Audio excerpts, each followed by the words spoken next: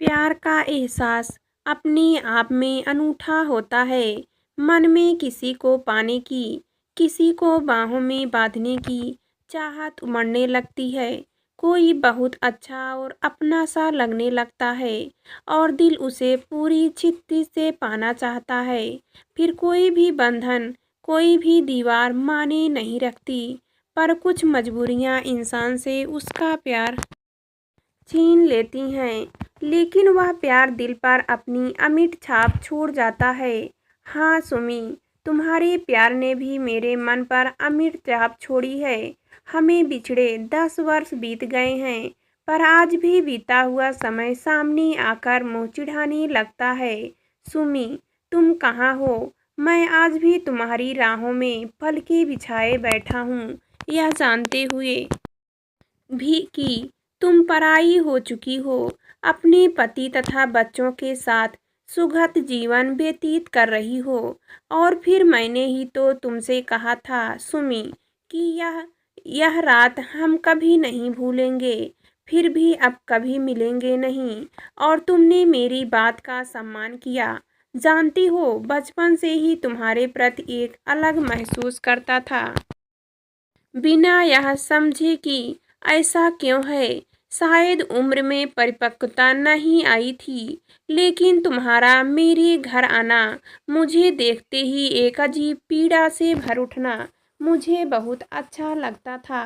तुम्हारी लाजीली पलकें झुकी होती थी। अनु है, तुम्हारे लर्जते होठों से निकलता मुझे ऐसा लगता था जैसे बीड़ा के हजारों तार एक साथ झंकृत हो रहे हों। और अनु को पाकर तुम उसके साथ दूसरे कमरे में चली जाती थी। भैया, सुमी आपको बहुत पसंद करती है। अनु ने मुझे छोड़ा। अच्छा, पागल लड़की फिल्में बहुत देखती हैं ना, उसी से प्रभावित होगी। और मैंने अनु की बात को हंसी में उड़ा दिया, पर अनजाने में ही सोचने पर मजबूर हो गया कि यह प्यार वार क्या होता है। समझ नहीं पाता था। शायद लड़कियों को यह एहसास जल्दी हो जाता है। शायद युवकों के मुकाबले वे जल्दी युवा हो जाती हैं और प्यार की परिभाषा को बाखूबी समझने लगती हैं। सबल ए दिल तड़पने और तड़पाने से क्या होगा? जहाँ बसना नहीं मुमकिन, वहाँ जाने से क्या होगा? यह गज़ल तुम अनु को सुना रही थी, मुझे भी बहुत अच्छा लग रहा था। और उसी दिन अनु की बात की सत्यता समझ में आई, और जब मतलब समझ में आने लगा, तब ऐसा महसूस हुआ कि तुम्हारे बिना जीना मुश्किल है। कैशोर अपना दामन छोड़ चुका था, और मैंने युवा अवस्था में कदम रखा। और जब तुम्हें देखते ही अजीब मीठी मीठी सी अनुभूति होने लगी थी। दरवाजे के खटकते ही तुम्हारे आने का एहसास होता, और मेरा दिल बिल्लियों उछलने लगता था।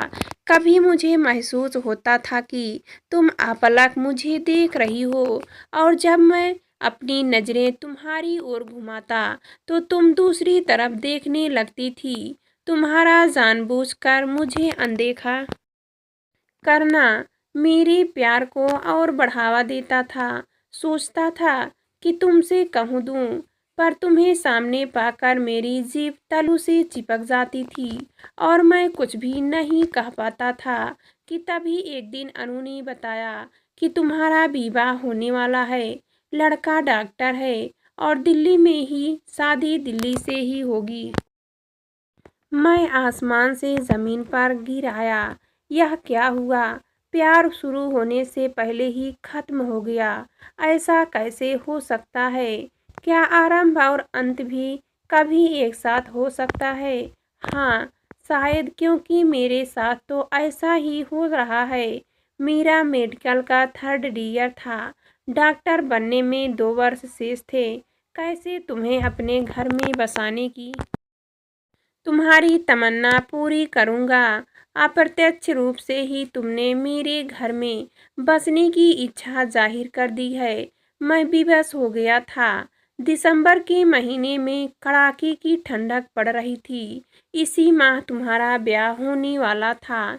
मेरी रातों की नींद और दिन का चैन दोनों ही जुदा हो चले थे। तुम चली जाओगी, यह सोचते ही हृदय चित्कार करने लगता था। ऐसी ही एक कड़कड़ाती ठंड की रात को कोहरा घना हो रहा था। मैं अपने कमरे से तुम्हारे घर की ओर टकटकी लगाए देख रहा था। आंसू थे कि पलकों तक आकर लौट रहे थे। मैंने अपना मन बहुत कड़ा किया हुआ था कि तभी एक आहट सुनाई दी। पलट कर देखा तो सामने तुम थी, खुद को शॉल से सिर से लपेटे हुए। मैं तड़प कर उठा और तुम्हें अपनी बाहों में भर लिया। तुम्हारी आवाज़ कँपकँपा रही थी। मैंने आपको बहुत प्यार किया, बचपन से ही आपके सपने देखे, लेकिन अब मैं दूर जा रही हूँ, आपसे बहुत दूर, हमेशा हमेशा के लिए। आखिरी बार आपसे मिलने आई हूँ, कहकर तुम मेरे सीने से लगी हुई थी। सुमी, मत कहो, मुझ इस प्यार को महसूस करने दो। मैंने कांपते स्वर में कहा, नहीं, आज मैं अपने आप को समर्पित करने आई हूँ। मैं खुद को आपके चरणों में अर्पित करने आई हूँ, क्योंकि मेरे अपराध तो आप ही हैं। अपने प्यार के इस प्रथम पुष्प को मैं आपको ही अर्पित करना चाहती हूँ। मेरे दोस्त, इसे स्वीकार करो। तुम्हारी आवाज़ भीगी भीगी सी थी। मैंने अपनी बाहों का बंधन और मजबूत कर लिया। बहुत देर तक हम एक दूसरे से लिपटे यूं ही खड़े रहे। चांदनी बरस रही थी और हम सब नबी बारिश में न जाने कब तक भीगते रहे कि तभी मैं एक झटके से अलग हो गया। तुम कामना भरी दृष्टि से मुझे देख रही थी, मानो कोई अभिसारिका अभिसार की आशा से आई हो। नहीं, नहीं सुमी, यह गलत है। मेरा तुम पर कोई हक नहीं है। तुम्हारे तनपन पर अब केवल तुम्हारे पति का अधिकार है। तुम्हारी पवित्रता में कोई दाग लगे, यह मैं बर्दाश्त नहीं कर सकता हूँ। हम आत्मिक रूप से एक दूसरे को समर्पित है, जो शारीरिक समर्पण से ज़्यादा महत्वपूर्ण है। तुम मुझे, मैं तुम्हें समर्पित हूँ। हम जीवन में कहीं भी रहे, इस रात को कभी नहीं भूलेंगे। चलो, तुम्हें घर तक छोड़ दूँ। किसी ने देख लिया तो बड़ी बदनामी होगी। तुम कतार दृष्टि से मुझे देख रही थी। तुम्हारे वस्त्र अस्त व्यस्त हो रहे थे, शॉल जमीन पर गिरा हुआ था।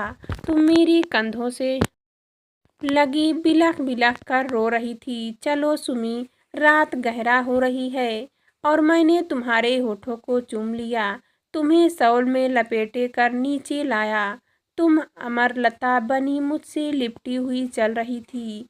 तुम्हारा पूरा बदन कांप रहा था और जब मैंने तुम्हें तुम्हारे घर पर छोड़ा, तब तुमने कांपते हुए स्वर में कहा, विकास, पुरुष का प्रथम स्पर्श मैं आपसे चाहती थी। मैं वह सब आपसे अनुभव करना चाहती थी जो मुझे विवाह के बाद मेरे पति सार्थक से मिलेगा, लेकिन आपने मुझे गिरने से बचा लिया। मैं आपको कभी नहीं भूलूंगी और यही कामना करती हूँ कि जीवन के किसी भी मोड़ पर हम कभी ना मिलें। और तुम चली गई। 10 वर्ष का अरसा बीत चला है। आज भी तुम्हारी याद में मन तड़प उठता है। जाड़े की रातों में जब कोहरा घना हो रहा था, चांदनी धूमिल होती है और शबनमी बारिश होती रहती है, जब तुम एक अदृश्य साया सी बनकर मेरे पास आ जाती हो, हृदय से एक पुकार उठती है, सुमी, तुम कहाँ हो? क्या कभी मिलोगी? नहीं, तुम तड़पो, ताउम्र तड़पो। ऐसा लगता है जैसे तुम आसपास ही खड़ी मुझे अंगूठा दिखा रही हो। सुमी, मैं अनजाने में तुम्हें पुकार उठता हूँ और मेरी आवाज़ दीवार से टकरा कर वापस लौट आती है। क्या मैं अपना पहला प्यार कभी भूल सकूँगा?